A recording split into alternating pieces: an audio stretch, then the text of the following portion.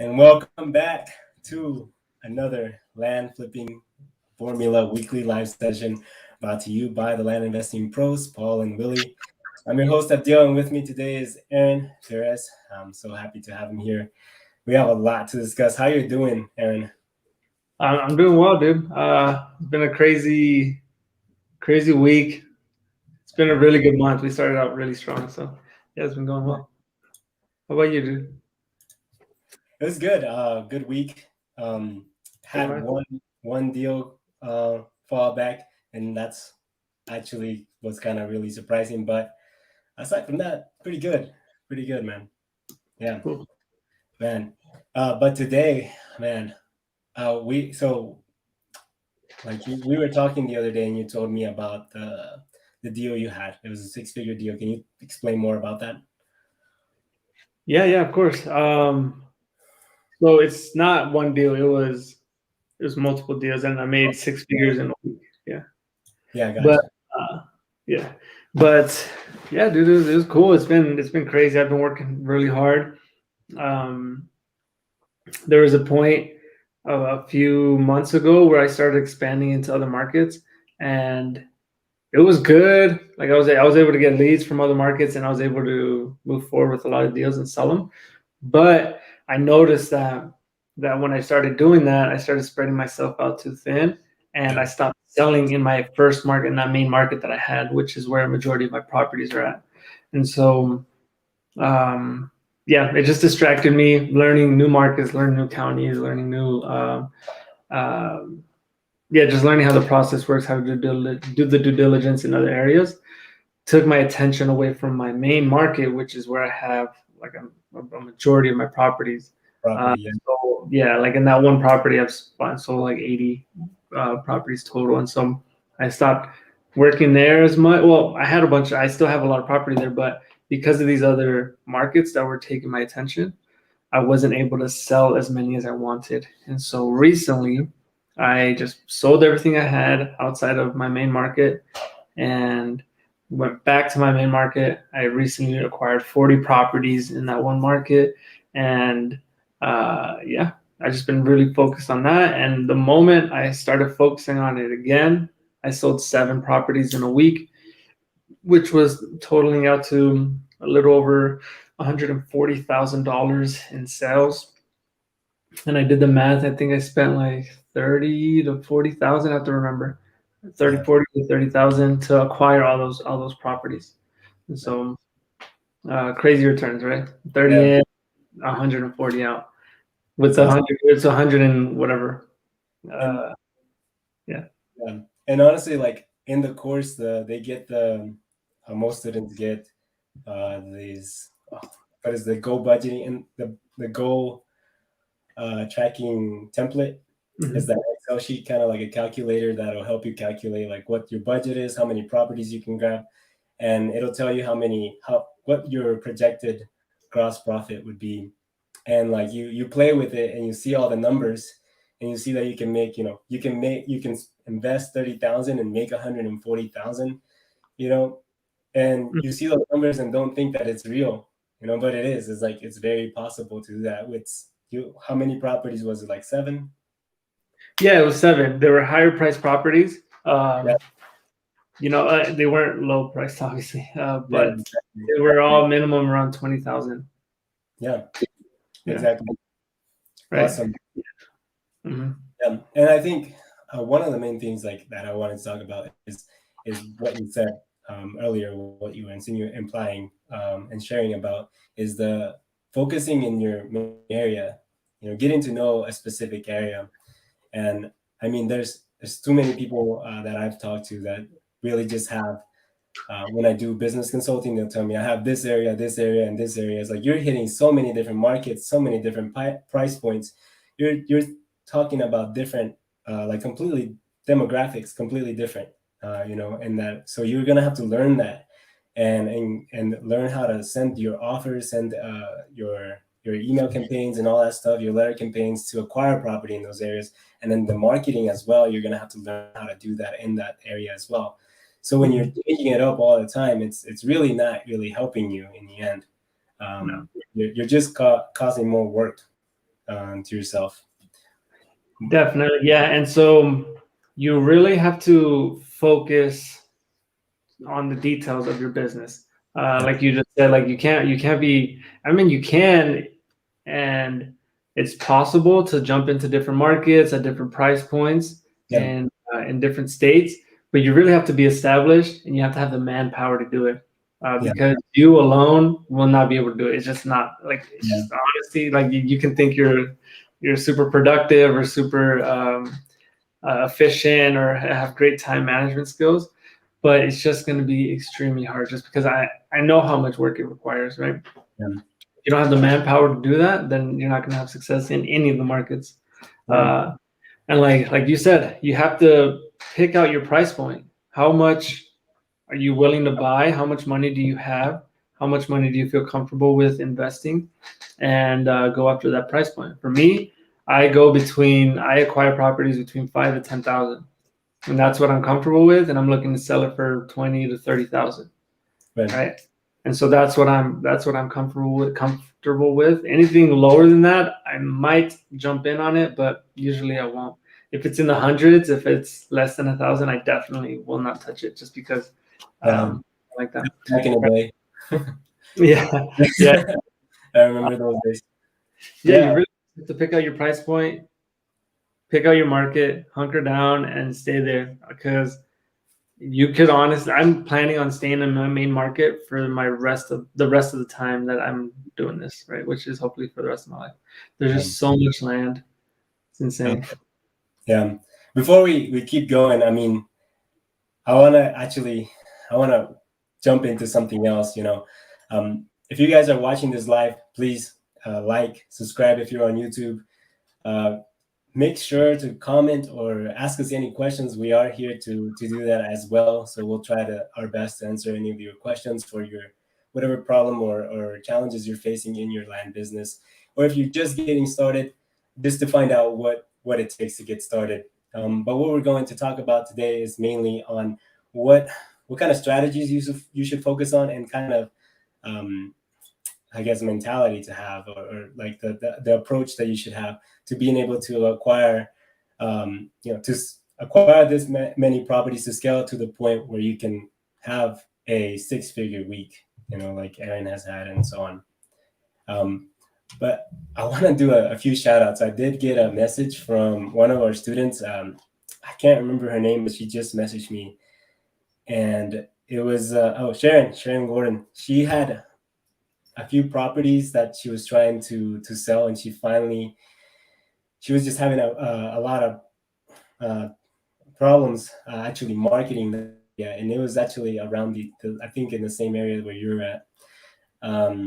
But she finally got a buyer. I think it was like 2 weeks or 3 weeks ago, where she asked me that question. I gave her some advice on some things, and just now she just messaged me.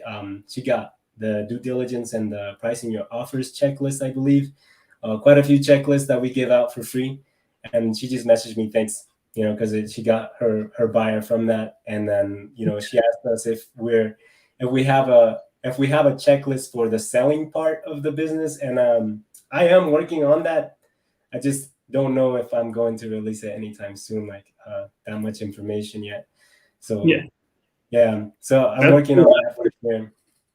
That would be a lot. That's a lot to write about. The marketing is kind of extensive. But yeah, I'm honestly so excited to see that every time somebody messages me and says, "Hey, I got a deal because of this, or because of your checklist, or because of your advice." That's awesome. I really do. That's why I keep doing this. Big shout out to Austin, one of my partnerships that I'm doing. He just sent out his first letter campaign. It's his 3rd week, I believe, that we just started on this. So honestly, it's not gonna get real until he gets a response and somebody says yes to his offer. That's when it starts getting more real. Like, oh man, like this person actually wants me to buy his property. So that's when it'll hit you, Austin, for sure. But let's jump back in, man. You had multiple properties, right? And the way that your business is structured, can you just tell us more about your strategy? Because we're all kind of different. I mean, we all follow the same type of strategy, but we all have a different approach. Like Willie's all about volume, and I feel like you're more like margins. Yeah. So I know my market really well, and I'm definitely pushing the market value. So I'm the one setting it in my area, and it's been good because of that. But my strategy, like I said, I acquire properties between 5 to 10,000, and I'm looking to sell it for 20 to 30, sometimes even more. And it's pretty good. I stick to one market, even though I know there might be better markets, right? Markets where I can sell a property quicker. And when I mean better, I mean hotter, like more people are buying out there. And they, I could go over there if I wanted to, but it's just a distraction, right? So the more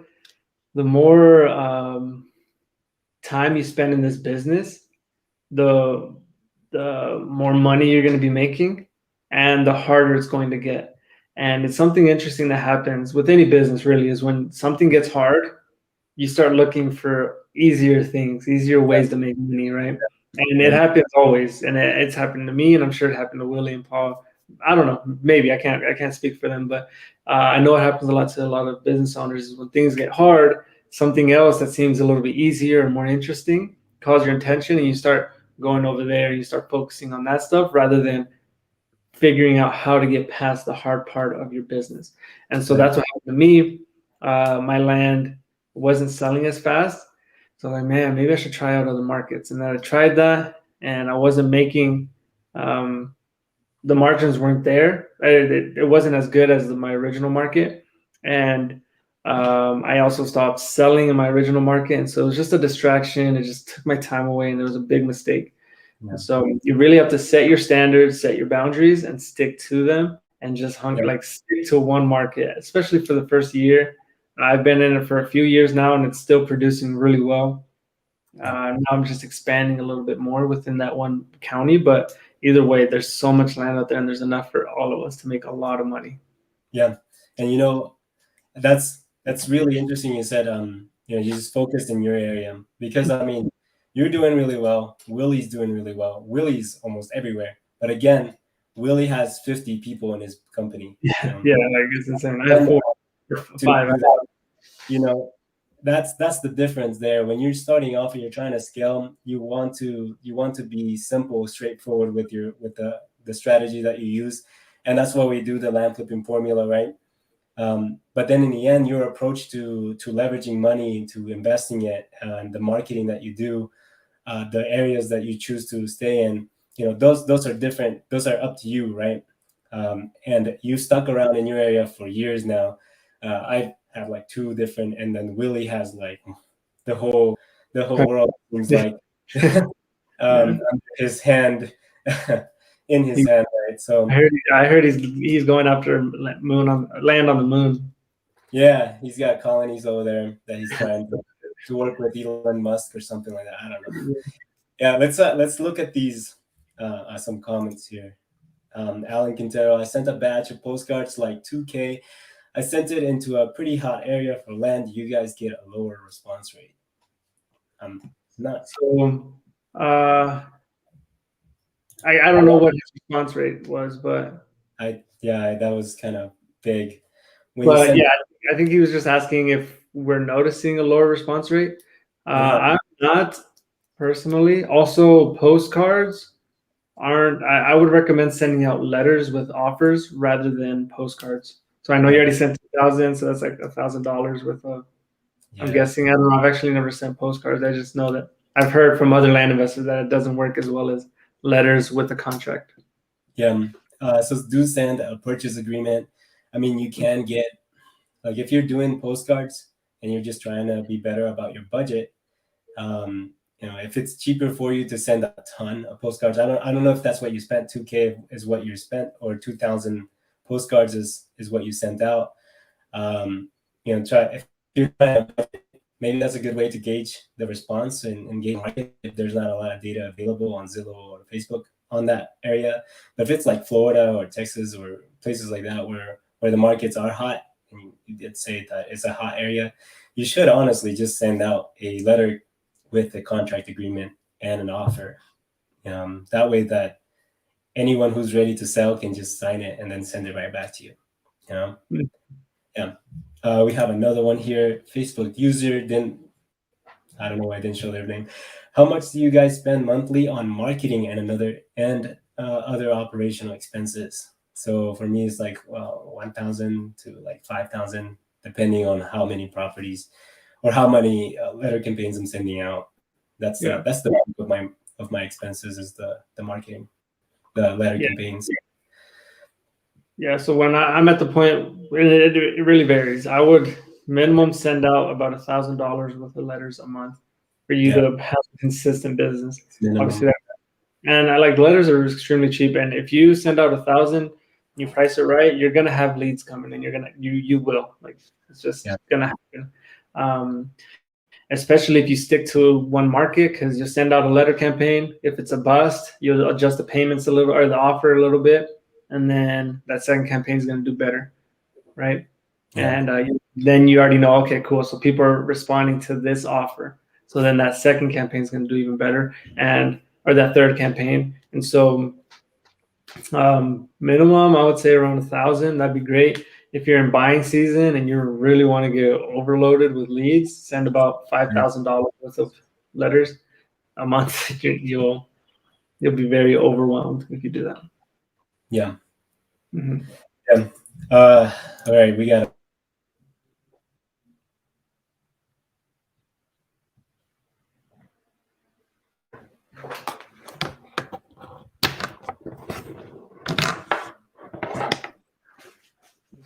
So, I use it and analyze all my markets. Also, if you do have the money and you want to invest a little more on I guess, specific data, then try to get an account for MLS. Or if you have a friend who's a agent, use theirs, or maybe pay them to use theirs. I don't know. Work around that, but those ways are pretty good. Honestly, Zillow is a really good way. You can teach a VA to use Zillow and analyze the market and price the offer just using Zillow, and it's free. So, big fan of Zillow. We're all Zillow fans. Yeah. Have an offer on the postcard, but maybe I'm gonna start sending letters then. All right. Yeah. Definitely send out the letters. It saves you a lot of time. It gives the person a call to action. Yeah. And if they sign and send the letter back, then they're a very hot lead, and you don't have to do anything other than send the letter. But if you send a postcard with an offer, then they're gonna have to call you back. You're gonna have to talk to them. You're gonna have to do more research. You're gonna have to have a whole conversation for him to finally him or her to say, yes, I want to sell it. Then you're gonna have to get another contract signed because they didn't agree to selling the property yet. So you have to send the purchase agreement, get it signed, get it back. Like, it's just too much of a hassle. So it's better just to send out the purchase agreement along with your offer. And just the psychology of it, like getting an agreement to sell your property and a figure on there to see that is more enticing than a postcard with a number on it. Yeah. Honestly, more professional looking as well. You could put your logo on that agreement, and everything just looks really nice. Honestly, that just brings people to action. Mm-hmm. Someone's sending a postcard with an offer. Yeah, that does work. That does happen. Yeah. And honestly, it's just it kind of cuts out a lot of steps than it sounds. Yeah. Yeah. Alan says he has a decent budget. Yeah. So hopefully that 2,000 postcards that you sent out wasn't too big of a hit on your budget, but definitely send out a letter with your offer and a purchase agreement. Right. Yep. It's pretty cool. And it works, man. It saves a lot. It's a good feeling to just get a signed purchase agreement in the mail. Just so easy. It's really, really easy. And then you just have to close on it, honestly. Yeah. And also for the people who are looking for funding, so land VAs Land Investing Pros, we fund deals. So if you find a deal that you don't have the money for, then they'll provide the money for you to buy the land. So there's no real excuse to not have success in this business, because a lot of people think, oh, I don't have the money to buy this land. It's okay, because Land Investing Pros does, but they won't even look at the deal unless you have a signed purchase agreement. So that's why it's so important to get a signed purchase agreement as fast as possible, because your investors that you're going to be presenting this deal to will require that. They'll want to see that.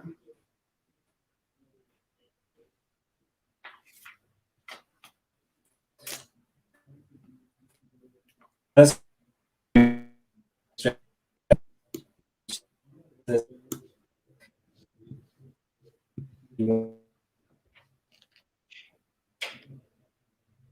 leverage money, and for that you need investors to communicate with them and obviously get their trust. So if you don't know what you're doing, if you're brand new to this and all of this is kind of fuzzy to you, then you're going to want to either invest in your education, a coaching, a program, and that way you'll have a better understanding of how to approach this. You'll actually make a lot more money if you just invest on understanding the process, and make better decisions as a land business owner. Let's see the next question here. How long on average is it taking you guys to sell a deal? What'd you say it's like? It varies. So on average, I would say between 30 to 60 days, but I've sold things in a matter of days, weeks, couple weeks. It really varies, but yeah. I mean, say like maximum, it would be like maybe 2-3 months. Yeah. If you're holding on to it, if it's a big ticket sell, and depending on the market, really, it can be 6 months. But that's you're doing a little bit of holding and waiting for the market to increase. And just also, like, a lot of that just comes to your marketing too. Like, how aggressive are you marketing, and your market itself? If you're advertising, you're spending a lot of money into your sales part of the business, that'll really up the time. As long as you're being efficient about it. Definitely. And I've spoken to other land investors, people that we've helped at Dale 9, and they're freaking out that their property hasn't sold after like a month, after like 3 weeks, a month, and they're like, dude, it's not selling. And that's okay. Like, it's literally okay. You're not in a bad position. You got a piece of property at 20 to 30% of what you're trying to sell it for, and you're trying to sell it at market value, right? So you're in a good position already. Even if you hold it longer than you want, even if you hold it 6 months and you sell it for 3-4 times more, that's definitely worth it. What else? What other business or what other asset can you acquire and then sell it for 6 times more within the first year?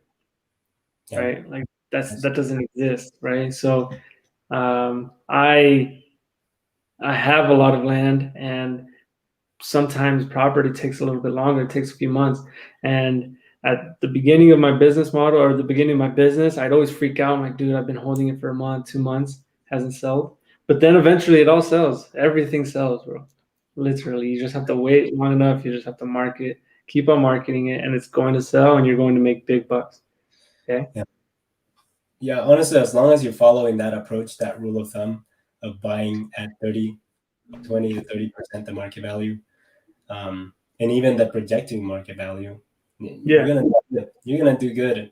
And because that land property, land is just going up in value right now. I don't know what it would take to actually make that go down, but it would have to be something really bad. But honestly, land is just so scarce. It's gonna keep going up in value.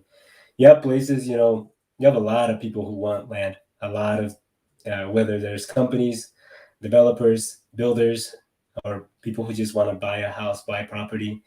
I mean, just people who want to own land, to have something to their name. just really, there's so many people out there who want to buy property. Yeah. It's a big deal once you're making good enough money. Definitely. And a good example of that today, I actually called about 10 different surveyors, land surveyors, in a specific area in Arizona because I wanted to get a property surveyed. I usually don't, but for this one I did. And I called all of them and they all said that they were booked until the beginning of next year.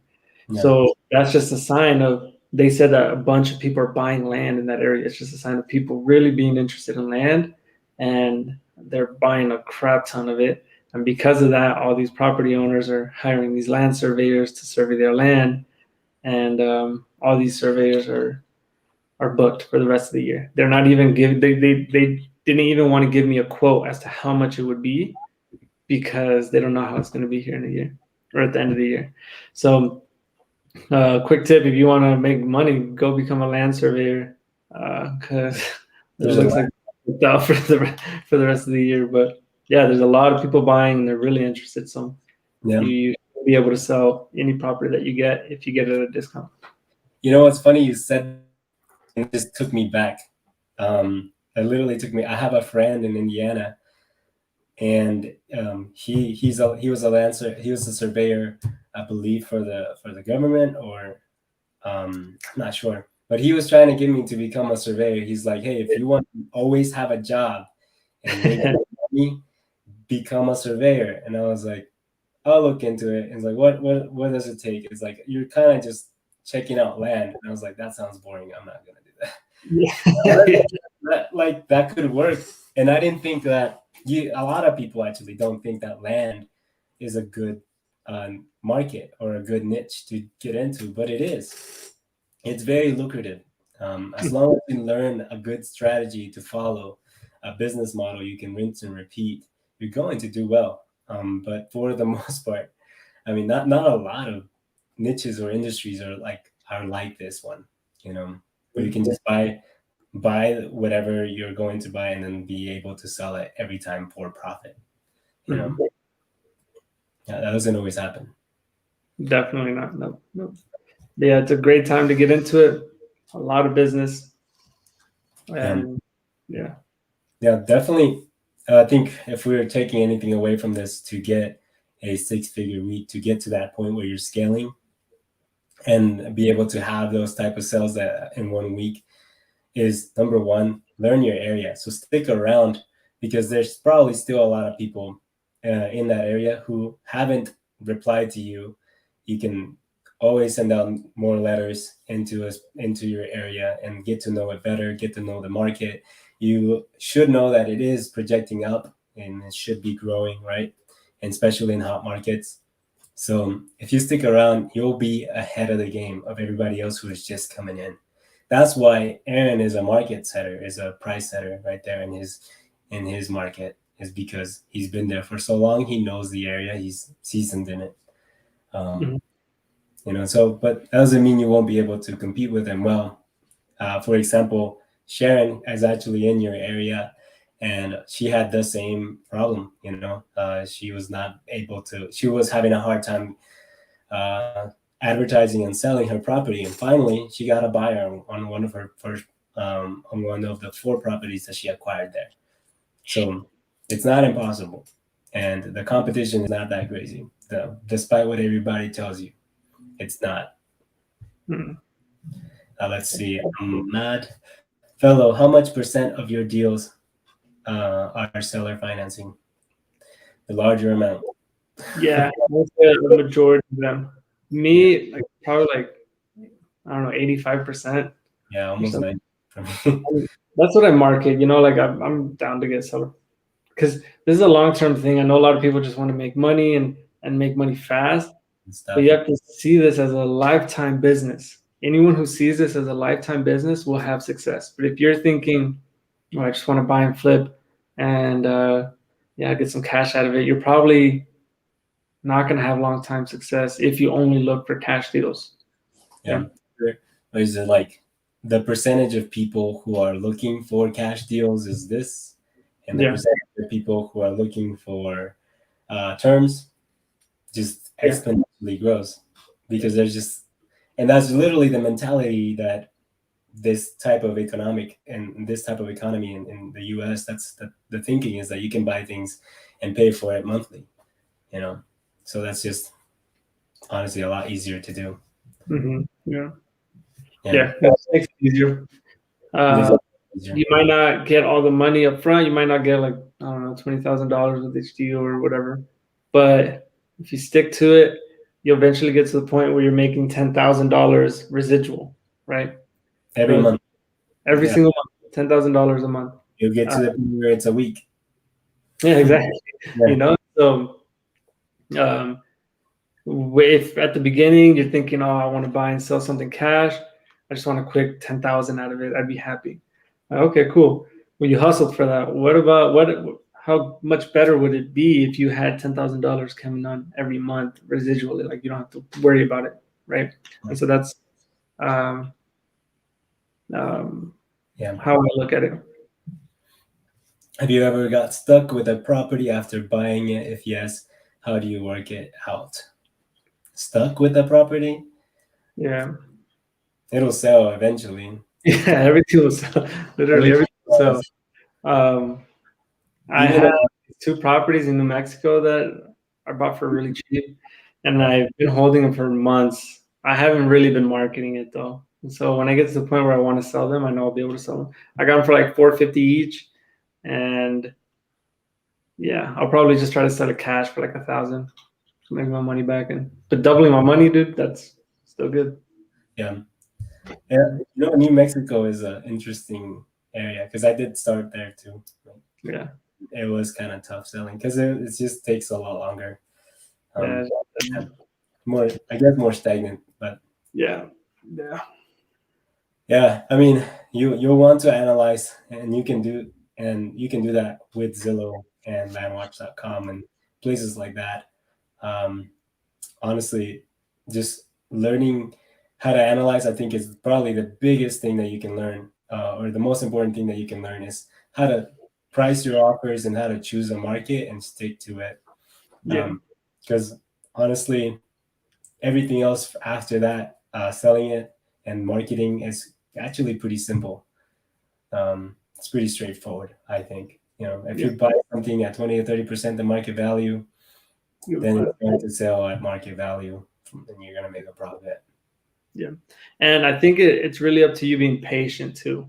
If you stay patient, if you don't freak out and you hold the property, you're going to be fine. It's going to sell and you're going to do great.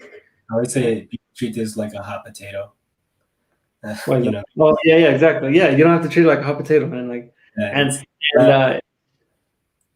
not that crazy, especially because you're buying it cash. There's no debt. You don't owe anyone money. The holding price on the property is extremely low.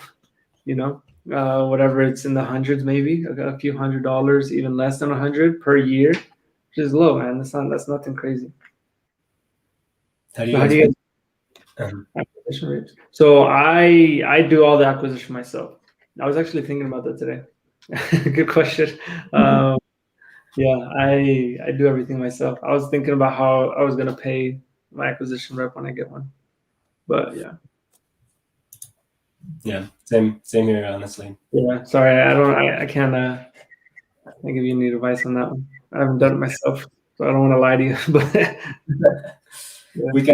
we are kind of a DIY here.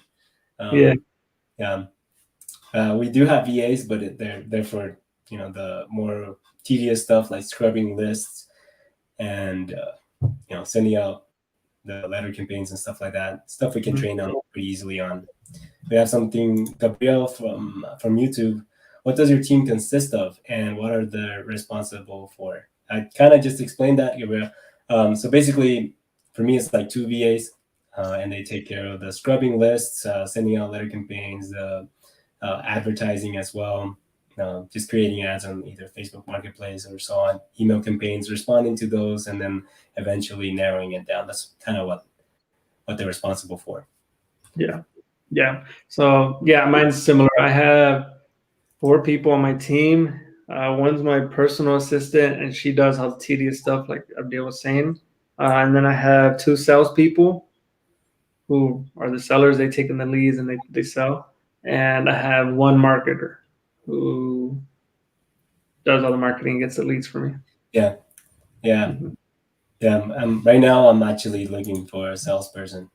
Yeah. But that doesn't mean if you see this and you're interested, that doesn't mean come and message me. I'm probably gonna take about another 6 months to a year, because I'm not gonna just trust anyone with the revenue building part of my business. So Yeah. Yeah. I do like, honestly, the messages have gone like on Facebook. It's usually crazy every week, and it's mostly just the course, about the coaching and all that stuff. But like now it's been like, hey, can we work with you? Hey, would you be interested in working with us in this? And it would be different type of businesses and companies that are trying to work with us. But it's just like, honestly, I have no say in that. No. Yeah. And I'm just, it's kind of tiring to see that. Are they all VAs out of the US? I think Aaron, yours are, right?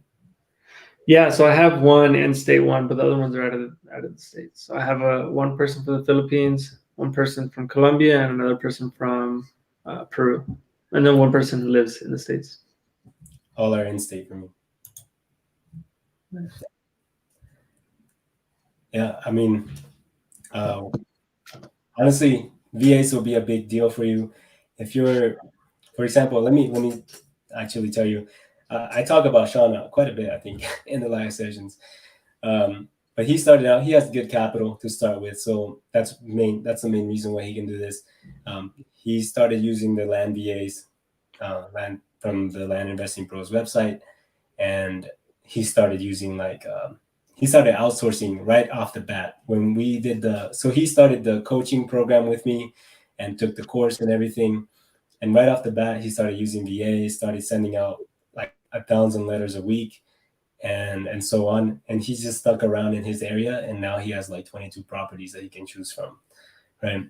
And I think he's acquired about 6 of them right now. He's closing in on the rest. But honestly, once you have that many properties that you're dealing with and worrying about closing with, you're going to start being able to sell them and acquire them as you go. It's just kind of like just keeps rinsing and repeating on its own.